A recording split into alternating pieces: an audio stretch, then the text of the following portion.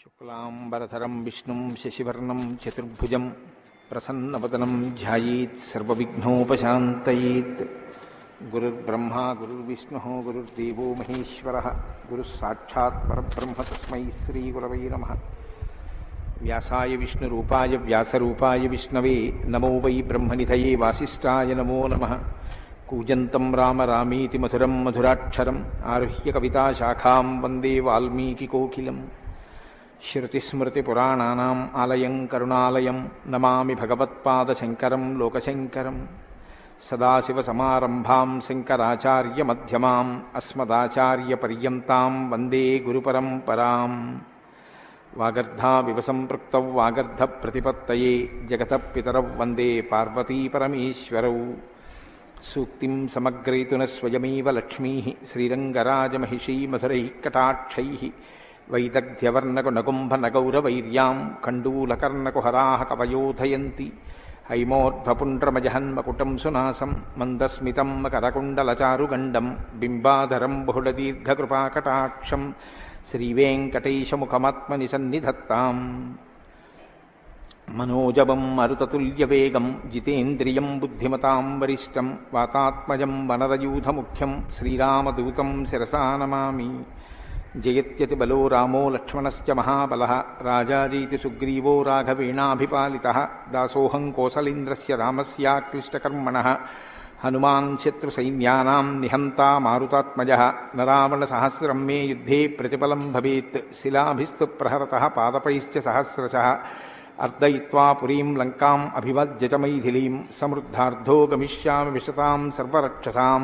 ధర్మాత్మా సత్యసంధశ్చ రామో దశరథిర్యది పౌరుషే చ ప్రతిద్వంద్వశరైరం జహిరావిణిం. ఆపదామపహర్తారం దాతారం సర్వసంపదాం లోకాభిరామం శ్రీరామం భూయో భూయో నమామ్యహం. శరజ్యోత్స్నాశుద్ధాం శశీతజటాజూటమకుటాం వరత్రాసత్రాణస్ఫటికఘటికా పుస్తకకరాం. సకృన్నత్వా నత్వా కథమివ సతాం సన్నిధదతే మధుక్షీరద్రాక్షా మధురిమధురీణాః ఫణితయః. హరి ఓం. పరమేశ్వర స్వరూపమైన సభకి నమస్కారం. ఈనాడు శంకర భగవత్పాదుల చేత ప్రతిష్ఠించబడినటువంటి భారతదేశం నాలుగు మూలలా ఉన్నటువంటి 4 పీఠాలలో సార్వభౌమ పీఠంగా పరిగణింపబడినటువంటి దక్షిణ భారతదేశంలోని శృంగగిరి పీఠానికి ఆధ్వర్యం వహిస్తున్న పూజ్యపాదులు శ్రీ శ్రీ శ్రీ భారతీ తీర్థస్వామి వారి యొక్క దివ్యమైనటువంటి సందేశంతో ప్రారంభమై వారి యొక్క అనుగ్రహ ఆశీస్సులతో ప్రారంభమైన ఈ శ్రీరామాయణ యజ్ఞ కార్యక్రమంలో 42 రోజుల పాటు 7 రోజులు ఒక కాండ చప్పున 6 కాండలు 6 ఏళ్లు 42 రోజులలో పూర్తి చేసి చిట్ట చివర పట్టాభిషేకం వరకు శ్రీరామాయణాన్ని సంపూర్ణంగా ప్రవచనం చేసేటటువంటి భాగ్యం నాకు కలగడం పరమేశ్వరుని యొక్క నిర్హేతుక కృపాకటాక్ష వీక్షణంగా భావన చేస్తున్నాను. శ్రీరామాయణం నిజంగా శ్రీరామాయణమే. ఎందుచేత నేను ఈ మాట అంటున్నానంటే ఇప్పుడే మీరు పీఠాధిపతుల యొక్క అనుగ్రహ భాషణంలో విన్నారు. వేదవేద్యే పరే పుంసి జాతే దశరథాత్మజే వేద ప్రచేతసాదాసీత్ సాక్షాత్ రామాయణాత్మన అంటారు. అందులో ఎంత గొప్ప మాట అన్నారంటే వేదవేద్యే పరే పుంసి, వేదము చేత ప్రతిపాదింపబడినవాడు, వేదము చేత తెలియబడేటటువంటి వాడు, వేదము ప్రమాణముగా ధర్మానుష్ఠానము చేసి మానవ జన్మ తరింప చేసుకుని భగవంతుని యొక్క అనుభవాన్ని మనం పొందడానికి వీలైనటువంటి స్థితిని కలిగి ఉన్నవాడైనటువంటి పరమేశ్వరుడు రామచంద్రమూర్తిగా ఈ భూమండలం మీద అవతరించి 11,000 సంవత్సరములు కరచరణాదులతో నడయాడాడు. రాముడు వేదము చేత ప్రతిపాదింపబడినటువంటి పరమేశ్వర స్వరూపం. ఆ భగవంతుడే రాముడిగా వచ్చాడు. భగవంతుణ్ణి ప్రతిపాదించేటటువంటి వేదం వాల్మీకి మహర్షి నోటి వెంట శ్రీరామాయణంగా వచ్చింది. అందుకే శ్రీరామాయణానికి వేదోపబృంహణము అని పేరు. వేదమే రామాయణం. వేదం దేన్ని ప్రతిపాదిస్తుంది? ప్రధానంగా వేదమంతా ధర్మమే ప్రతిపాదన చేస్తుంది. ధర్మం అంటే ఏమిటి? ధ్రియతేవా జనైరితి ధర్మం అని అమరకోశం. ధర్మం అంటే తెలుసుకోవడం ధర్మంలో ఒక భాగం. కేవలం తెలుసుకోవడం ధర్మం కాదు. తెలుసుకున్నాడు, అనుష్ఠించడు. అప్పుడు ధర్మమా అంటే ధర్మం కాదు. మీరు శ్రీరామాయణాన్ని జాగ్రత్తగా పరిశీలనం చేస్తే రాముడికి ఎన్ని తెలుసో ఎంత తెలుసో, రావణుడికి అన్ని తెలుసు అంతా తెలుసు. కానీ రాముడి ముందు రావణుడు ఎందుకు నిలబడలేకపోయాడు? ఒక్కటే కారణం, తాను తెలుసుకున్నది తాను విన్నది అనుష్ఠించాడు రామచంద్రమూర్తి. తాను విన్నది తాను తెలుసుకున్నది తన సౌకర్యానికి అనుగుణంగా మార్చుకుని దబాయించి బ్రతికే ప్రయత్నం చేస్తాడు రావణాసురుడు. ధర్మాన్ని మీరు తెలుసుకోవడం ప్రధానం ఎంతో, దాన్ని అనుష్ఠించడం కూడా అంతే అవసరం. అనుష్ఠానానికి పనికిరానటువంటి ధర్మం ఉపయోగం లేనిదవుతుంది. ఇంట్లో కర్ర ఉంది, వీధిలో కుక్క ఉంది. కుక్క మీ మీద పడడానికి ఉద్యుక్తమవుతున్న సమయంలో మీ ఇంట్లో కర్ర ఉంది కదా అని మీ మీద పడ్డం మానదు. మీ చేతిలో కర్ర ఉంటే కుక్క మీ మీద పడకుండా ఉంటుంది. ధర్మో రక్షతి రక్షితః అన్న మాటకు అర్థం ఏంటంటే, మీరు ధర్మాన్ని అనుష్ఠిస్తే మిమ్మల్ని ధర్మం కాపాడుతుంది. ధర్మం విషయంలో తెలుసుకోవలసినటువంటి అత్యంత ముఖ్యమైన విషయం ఒకటి ఉంటుంది. ధర్మం ఇలా అనుష్ఠిస్తే అలా వెంటనే ఫలితం ఇవ్వాలని ఎక్కడ ఉండదు, ఒకచో అలా ఉండొచ్చు. ధర్మం ఎటువంటిదంటే, పంట పండడం కోసమని చెప్పి వ్యవసాయదారుడు భూమిని దున్నడం మొదలు పెడతాడు. భూమిని దున్నగానే పంట పండుతుందా? భూమిని దున్నిన తరువాత వర్షం పడే వరకు ఎదురు చూడాలి. వర్షం పడితే పంట పండుతుందా? విత్తనాలు వేయాలి. విత్తనాలు వేస్తే పంట పండుతుందా? మొలకలెత్తాలి. మొలకలెత్తినంత మాత్రాన పంట పండుతుందా? దానికి చీడా పీడా పట్టకుండా సస్యరక్షణ చేసుకోవాలి. 6 గాలము శ్రమిస్తే చిట్ట చివర ఆ పంట బాగా చేతికొచ్చి ఫలసాయాన్ని ఇస్తుంది. అప్పుడు కోత కోసి తెచ్చి పొలం గట్టున వేసి బస్తాలకెత్తి ఇంటికి తీసుకెళ్లి దాచుకునే పర్యంతము పండిన పంట మీ చేతికి వచ్చింది అని నమ్మకంగా చెప్పడం సాధ్యం కాదు. ధర్మం కూడా అంతే. ఇవాళ మీరు ధర్మం చేశారు అని వెంటనే ఫలితం ఇవ్వదు. అధర్మం కూడా అంతే. మీరు ఇవాళ అధర్మం చేశారు అని వెంటనే ఫలితం ఇవ్వదు. లోకంలో మీరు చూస్తూ ఉంటారు, ఒక్కొక్కడు చాలా పాపాచరణముతో ఉంటాడు, ఈశ్వరుని యందు భక్తి ఉండదు, శాస్త్రం ఏది వద్దందో అది చేస్తూ ఉంటాడు, కానీ సర్వసుఖములను అనుభవిస్తూ ఉంటాడు. మనకేమనిపిస్తుందంటే, ఆయన ఈశ్వరుణ్ణి ధిక్కరించాడు కదా, ఆయన ఏం ధర్మం పాటించట్లేదు కదా, ఆయన ఏం వేద ప్రమాణాన్ని అంగీకరించట్లేదు కదా, ఆయన సంతోషంగా సుఖంగా ఉన్నాడు. అన్నీ విని అన్నీ నమ్మి అన్నీ విశ్వసించి వేదమును ప్రమాణముగా స్వీకరించి ధర్మమును అనుష్ఠించినటువంటి నేను కష్టాలు పడుతున్నాను, ఏమిటి ఉపయోగం ఈ ధర్మం పట్టుకుంటే అనిపిస్తుంది. ధర్మం పట్టుకోవడం ఎటువంటిది అంటే, పంట పండడం కోసమని పొలం దున్నడం లాంటిది. పొలం దున్ని కష్టపడిన వాడికి పంట ఎప్పటికైనా చేతికొచ్చినట్టే. ధర్మాన్ని అనుష్ఠించిన వాడికి కూడా ధర్మం కాపాడి తీరుతుంది. అధర్మం ఇంటికి అంటుకున్నటువంటి చిన్న మంట లాంటిది. చిన్న మంటే కదా నన్ను ఏం చేస్తుందని పడుకున్న వాడికి చిట్ట చివర ఇల్లంతా ఎలా కాలిపోతుందో, అధర్మంలో మనం ఉన్నామని తెలుసుకుని అధర్మ పథంలోంచి బయటికి వచ్చే ప్రయత్నం చేయకపోతే చిట్ట చివరికి జరిగేటటువంటి పరిణామం కూడా అలాగే ఉంటుంది. కాంచన లంక ఉంది, అంత బలగం ఉంది, అంత గొప్ప సుఖాలు అనుభవించాడు, 10 తలకాయలున్నాయి, గొప్ప తపస్సుంది, ఈశ్వరుడి యొక్క అనుగ్రహాన్ని పొందాడు, పరమేశ్వరుణ్ణి సాకారంగా దర్శనం చేశాడు, పుష్పక విమానం ఎక్కి ప్రపంచమంతా తిరిగాడు. చిట్ట చివరికి ఏమయ్యాడు? అధర్మాన్ని పట్టుకున్నందుకు కడుపున పుట్టినటువంటి బిడ్డల దగ్గర నుండి భార్య చిట్ట చివర ఏడుస్తూ యుద్ధభూమిలోకి వచ్చి, నువ్వు అధర్మాన్ని పాటించడం వల్లే ఇటువంటి చావు చచ్చావని మండోదరి గుండెలు బాదుకుని ఏడిచేటటువంటి స్థితిని రావణుడు పొందాడు. ప్రతి క్షణం ధర్మాన్ని అనుష్ఠించాడు. ఎంత ఓపికగా అనుష్ఠించాడంటే, ఎన్ని కష్టాలైనా రాని ఆయనకి కావలసింది మాత్రం ఒక్కటే, ధర్మం. ధర్మమా సుఖమా, ధర్మమా కష్టమా, ధర్మమా ప్రయోజనమా, ధర్మమా అడ్డదారా, ధర్మమా కోరిక తీరడమా, మీరు పక్కన ఏవి పెట్టి చూడండి, శ్రీరామచంద్రమూర్తి జీవితం అంతా ఒకటే, ధర్మమే. వాళ్ళన్నాడు, సుగ్రీవుడితో ఎందుకు స్నేహం చేశావు? నాతో స్నేహం చేస్తే రావణాసురుణ్ణి నిగ్రహించి నీ భార్యని వెంటనే ఇప్పిద్దును, ఎందుకు సుగ్రీవుడితో స్నేహం చేశావని అడిగాడు. నాకు కావలసింది ధర్మం. అధర్మాన్ని పాటించేటటువంటి నీతోటి స్నేహం వల్ల నా భార్యని తెచ్చుకోవడం నాకు అక్కర్లేదు. అందుకు నిన్ను నిగ్రహించానన్నాడు.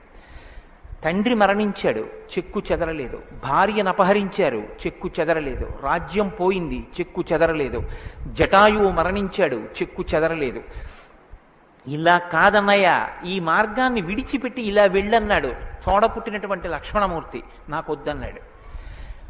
కన్న తల్లి కౌసల్య అంది, నీ తండ్రి ఇటువంటి దురాత్ముడు కాబట్టి నన్ను కూడా నీతో తీసుకెళ్ళండి. వద్దమ్మా, ధర్మం ప్రధానం అన్నాడు.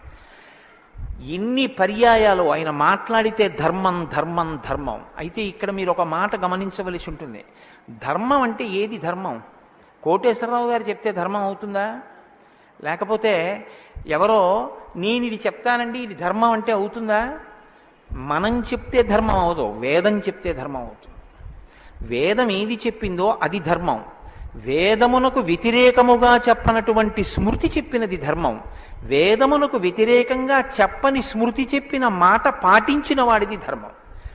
ఆ ధర్మం ఎవడు పట్టుకుంటాడో వాడే శ్రీరాముడు. ఆ ధర్మాన్ని ఎవడు పట్టుకుంటాడో వాడు అంతిమంగా పొందేది ఏదంటే విజయమే. 11,000 సంవత్సరములు ఈ భూమండలాన్ని పరిపాలించినటువంటి రామచంద్రమూర్తి పడనటువంటి కష్టం లేదు. ఇన్ని కష్టాలు పడుతున్నా ఆయన ఇతరులకు సుఖాన్ని ఇచ్చాడు, ఇతరులకు ఆనందం ఇచ్చాడు, ఇతరులకు సంతోషం ఇచ్చాడు తప్ప నేనింత కష్టంలో ఉన్నాను మీరు ఎందుకు నవ్వాలని ఆయన ఎన్నడూ అడగలేదు. అందుకే రాముడు యోగి అన్నారు పెద్దలు. యోగి అంటే పైన ఎన్ని కష్టాలైనా రావచ్చు, కానీ లోపల మాత్రం తాను నిర్వికారంగా ఉంటాడు. అందుకే పుట్టినది కూడా నవమి తిథి నాడు పుట్టాడు మహానుభావుడు.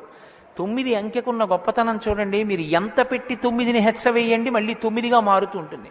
9 ఒకట్ల 9, 9 2 18, 8 1 9, 9 3 27, 7 2 9, 9 4 36, 6 3 9, 9 5 45, 5 4 9. ఏం చేసినా మళ్ళీ 9 అవుతూ ఉంటుంది. ఎన్ని కష్టాలు బయట రానివ్వండి, ఎన్ని వైక్లభ్యాలు కలగనివ్వండి, లోపల మాత్రం రాముడు ఎప్పుడూ ధర్మాన్నే పట్టుకొని ఉంటాడు. ధర్మాన్ని పట్టుకోవడం అంటే రాముడు రామాయణంలో మాట్లాడింది మీరు గమనించాలి. ఎప్పుడైనా రామాయణం చదవడం, రామాయణం వినడం అంటే ఒక్క పర్యాయం అని మీరు అనుకోకండి. రామాయణాన్ని బహుకోణాలలో చదవండి. రాముడు మాట్లాడితే అని రామాయణం చదవండి ఒకసారి. రాముడు ఎప్పుడు నేను ఇలా చెప్తాను అని అనడు. రాముడు ఎప్పుడు చెప్పినా ఎలా చెప్తాడంటే ఋషులు ఇలా చెప్పారంటాడు, పెద్దలు ఇలా చెప్పారంటాడు, శాస్త్రం ఇలా చెప్పిందంటాడు తప్ప నేను ఇలా చెప్తానన్నాడు రాముడు. తన నిర్ణయం కాదు, తాను ఏది చెప్పాలో కాదు, శాస్త్రం ఏం చెప్పిందో చెప్తాడు, ఋషులు ఏం చెప్పారో చెప్తాడు, పెద్దలు ఏం చెప్పారో చెప్తాడు, తాను ఎందుకు ధర్మాన్ని అనుష్ఠిస్తున్నానో చెప్తాడు. తన జీవితాన్ని ఆదర్శవంతంగా తీసుకొచ్చి మనుష్య జాతికంతటికి ఫలంగా అందించాడు. అటువంటి ధర్మాత్ముడైనటువంటి రామచంద్రమూర్తి మనుష్యుడిగా అవతారాన్ని స్వీకరించి ఉండకపోతే అసలు మనుష్యుని యొక్క జన్మ ప్రయోజనం ఇంత గొప్పవాడా మనిషి అన్న విషయమే లోకానికి అర్థమయ్యుండుండేది కాదు. ఎందుకంటే మీరు ఒక విషయాన్ని జాగ్రత్తగా గమనించండి. రామావతార స్వీకారానికి ముందరే రామనామం లోకంలో ఉంది. రామావతారానికి ముందు రామనామం లేకపోతే వాల్మీకి మహర్షికి రామనామాన్ని ఎలాగా ఉపదేశం చేశారు ఋషులు? ఆయనకి ఉపదేశం చేసిన తరువాత కదా రామచంద్రమూర్తి అవతారం వచ్చింది. ఆయన వాల్మీకిగా మారిన తరువాత కదా రాముడు పుట్టింది. కాబట్టి రామ అన్న నామం సాక్షాత్తు ఈశ్వరుడు యొక్క నామం.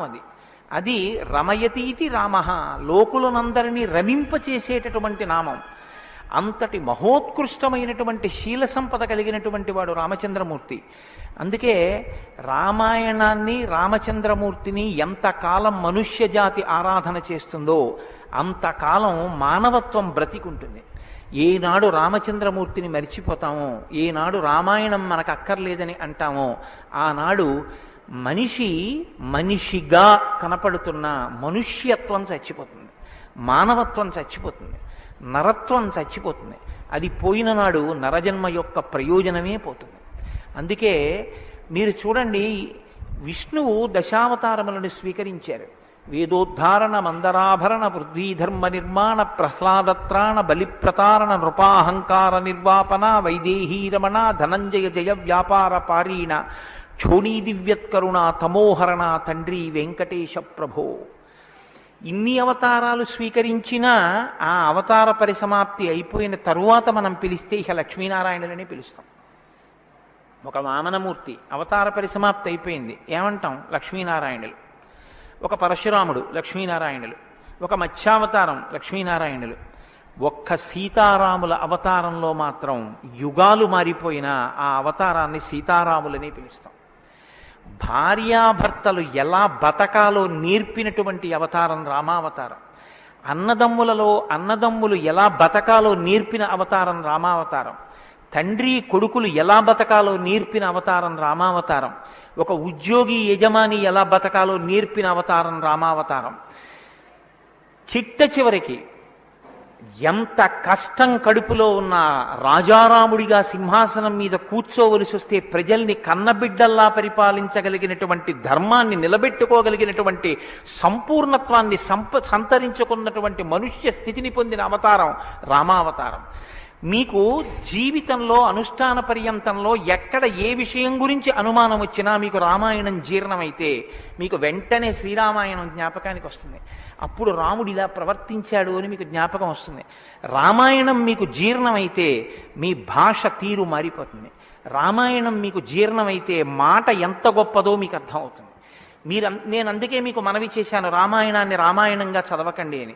రామాయణం జ్యోతిష శాస్త్రం, రామాయణం వాస్తుశాస్త్రం, రామాయణం ధర్మశాస్త్రం, రామాయణం వాక్కు, రామాయణం ధర్మ పరిపాలన, రామాయణం న్యాయం, రామాయణం సామాజిక శాస్త్రం, రామాయణం శకున శాస్త్రం, రామాయణం పర్యావరణం, రామాయణం గురుభక్తి, రామాయణం శిష్యధర్మం. మీ ఇష్టం ఎలా చదవండి, రామాయణం అలా వస్తుంది. మీకిచ్చినది మట్టి ముద్ద, మీరు దాంతో మూకుడు చేసుకుంటారో, పళ్ళెం చేసుకుంటారో, ప్రమిద చేసుకుంటారో, గిన్నె చేసుకుంటారో, గరిటె చేసుకుంటారో మీ ఇష్టం.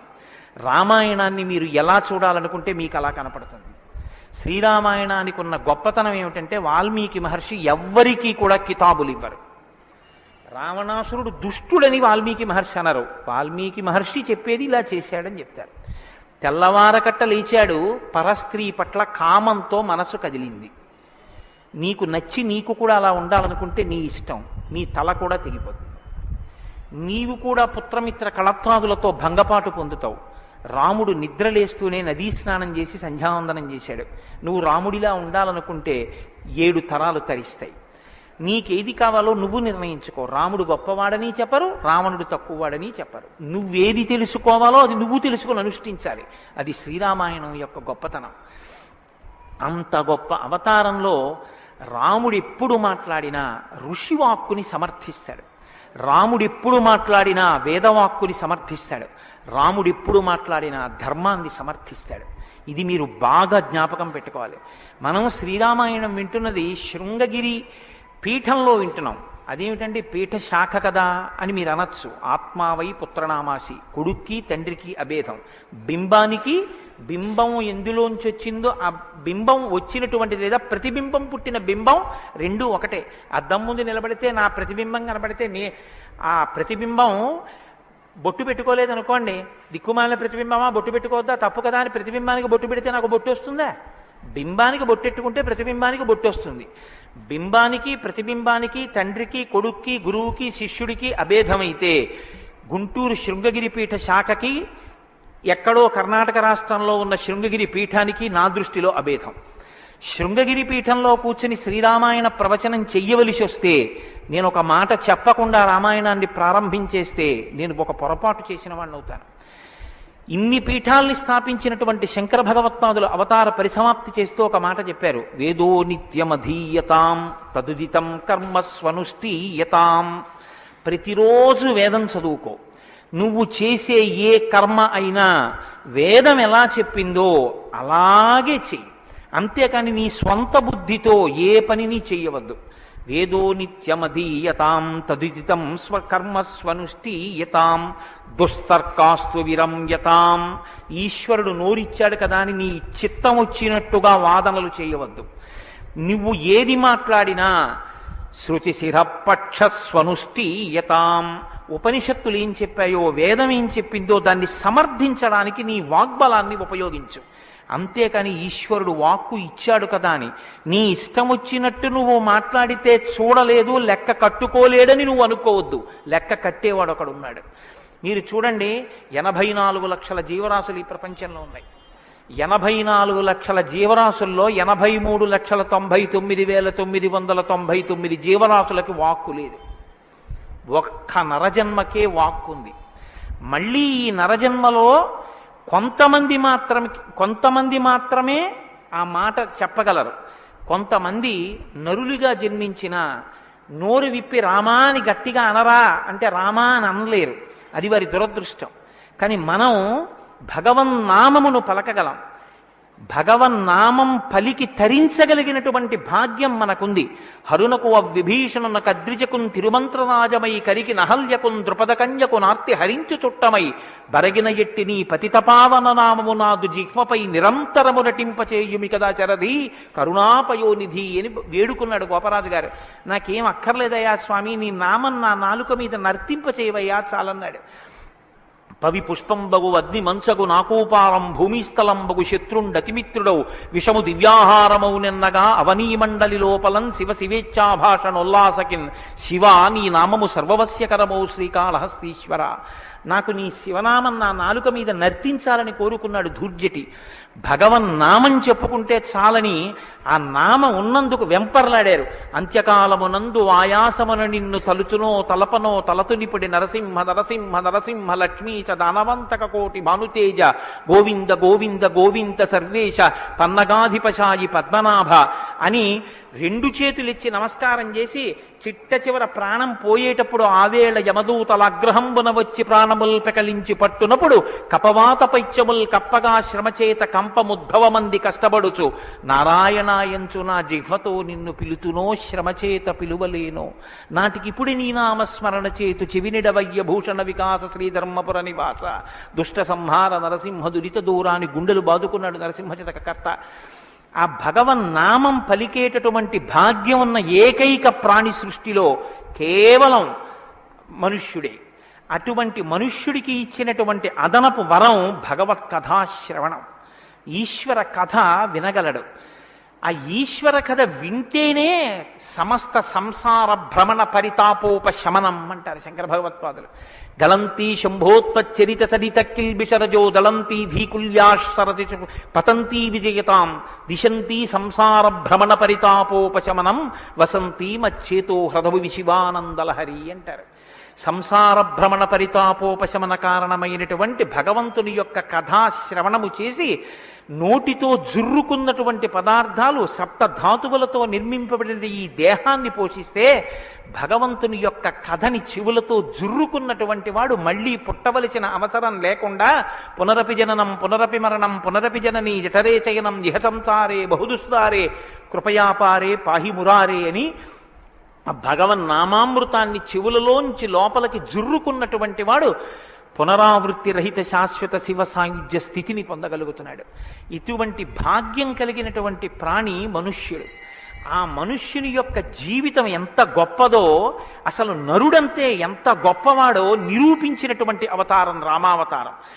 నరుడిగా జన్మించి రామ కథ వినకపోతే, రాముని యొక్క గొప్పతనాన్ని వినకపోతే, రాముడు మనకి చేసిన మహోపకారం ఏమిటో తెలుసుకుని కృతజ్ఞతలు ఆవిష్కరించకపోతే అంతకన్నా కృతజ్ఞుడు వేరొకడు ఉండడు.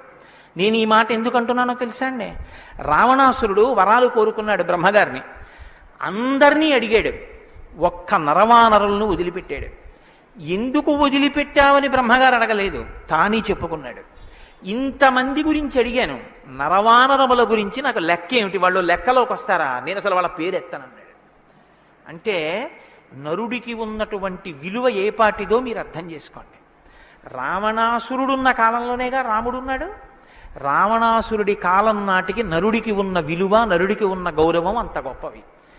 ఆయన రాక్షసుడండి, ఏదైనా మాట్లాడతాడు, మీరెందుకు గుండెలు బాదుకుంటారు అనొచ్చు. జనక మహారాజు మహాజ్ఞానిగా, అంతటి మహాజ్ఞాని అయినటువంటి జనకుడు ఎదర వస్తోందిగా సీతారామ కళ్యాణం. అంతటి వాడు ఆయన అన్నాడు, మనుష్యుడు రాముడు, ఆయనే విత్తుతాడు శివధనస్సు అన్నాడు. మనుష్య జన్మ అంటే అంత చులకనగా చూడబడినటువంటి రోజుల్లో నరుడంటే ఎంత గొప్పవాడో నిరూపించి చూపించాడు. అందుకే ఆయన అవతార పరిసమాప్తి చెయ్యాలి అంటే రావణ సంహారం చేసేసి అవతార పరిసమాప్తి చేసి ఇచ్చు. కానీ ఆయన అలా చేయలేదు, ప్రతిజ్ఞ చేశారు. దశవర్ష సహస్రాన్ని దశవర్ష శతానిచ, నేను 11,000 సంవత్సరములు ఈ భూమండలం మీద నడుస్తానన్నారు.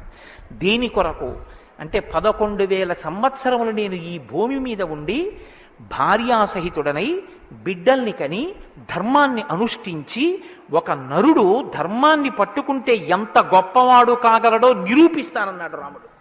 అటువంటి నరుడి కథ అయినటువంటి రామకథ వినకపోతే, రాముడికి కృతజ్ఞతలు ఆవిష్కరించకపోతే, మనసార రామనామం చెప్పకపోతే, రామచంద్రమూర్తికి నమస్కరించకపోతే ఆ జన్మ వృధా అయిపోయినటువంటి జన్మ. అంతటి మహాత్ముడు రామచంద్రమూర్తి. కాబట్టి వేదవేద్యే పరే పుంసీ జాతే దశరథాత్మజే వేద ప్రచేతసాదాసీత్ సాక్షాత్ రామాయణాత్మన. వేదము వేదోపబృంహణమై రామకథగా భూలోకంలో వచ్చింది. ఆ వేదము ఈశ్వరుని యొక్క శ్వాస. ఈ వేదము వాల్మీకి గిరి సంభూత. వాల్మీకి అనబడేటటువంటి పర్వతంలోంచి పుట్టినటువంటి ఒక జీవనది. వేదము మనం వెళ్ళి స్నానం చెయ్యాలి, మనం వెళ్ళి దర్శనం చెయ్యాలి. రామాయణము ప్రవహించి ఇంటింటి ముందు నుంచి వెళ్ళిపోయినటువంటి గంగ లాంటిది.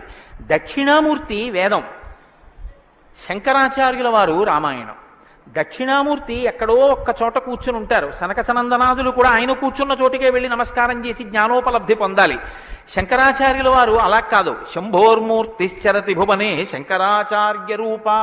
ఆ దక్షిణామూర్తి మౌనం విడిచిపెట్టి ఆసేతు హిమాచల పర్యంతం పాదచారి అయి 3 పర్యాయములు పర్యటించి వేద విరుద్ధమైన వాదనలు ఖండించి, మళ్లీ వేద విరుద్ధమైన వాదనలు ఈ భారతదేశంలోకి ప్రవేశించకుండా కాపు పెట్టాలన్న ఉద్దేశ్యంతో తూర్పున జగన్నాథ్లో గోవర్ధన పీఠము, పడమర ద్వారకలో కాళికాపీఠము, ఉత్తరమున బదరికాశ్రమములో జ్యోతిపీఠము, దక్షిణమున శృంగగిరిలో శారదాపీఠము, 4 చోట్ల 4 పీఠములను కాపు పెట్టి గురు పరంపర నిరంతరము కొనసాగేటట్టుగా మనని అనుగ్రహించి వేద విరుద్ధమైన వాదనలు భారతదేశంలో ప్రవేశించకుండా రక్షించినటువంటి మహాపురుషుడైనటువంటి శంకర భగవత్పాదులు తానే ఆసేతు హిమాచలం పరిగెట్టించి ప్రతి ఇంటి ముందుకొచ్చి జ్ఞానబోధ చేసినట్టు రామాయణం అనేటటువంటి గంగ వాల్మీకి గిరిశంభూతయ్యి వాడలా ప్రవహించింది.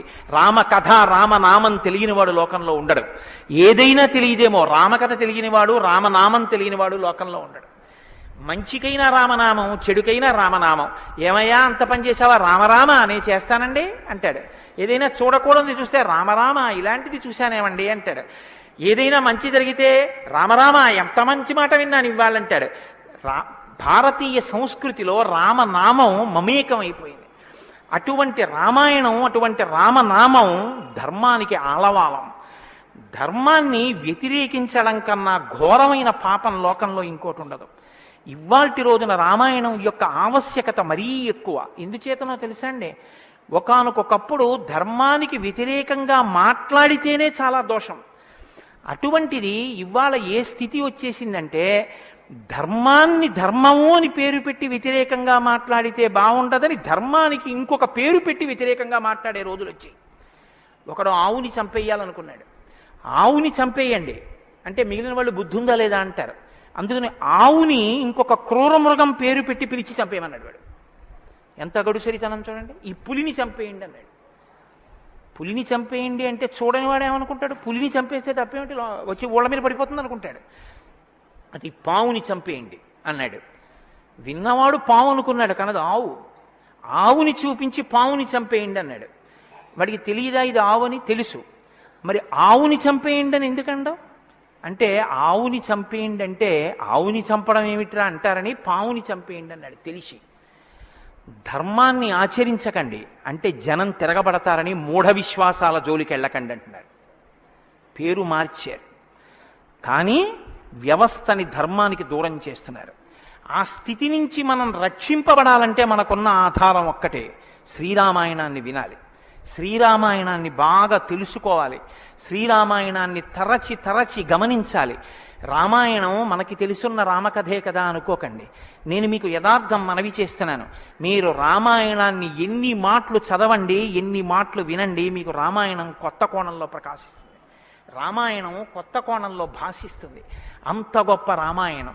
సరే నువ్వు చెప్పేది రామాయణం కదా, రామాయణం గురించి ఎందుకు అంతసేపు చెప్తావు? మేము ఎదర వింటాం కదా రామాయణం. అసలు నువ్వు రామాయణం ప్రారంభం చెయ్యి అని మీరు అంటారు, నాకు తెలుసు. శ్రీరామాయణ ప్రారంభం ఎక్కడ జరిగింది అంటే, తపస్వాధ్యాయ నిరతం తపస్వీ వాగ్విదాం వరం నారదం పరిపప్రచ్చర్ వాల్మీకి మునిపుంగవం అన్నారు. అంటే ఒకానొక నాడు వాల్మీకి మహర్షి తన ఆశ్రమంలో ఉన్నారు. నారద మహర్షి వచ్చారు. నారద మహర్షి వస్తే వచ్చిన నారద మహర్షి ఎటువంటి వారో చెప్తున్నారు మొదట. ఏదో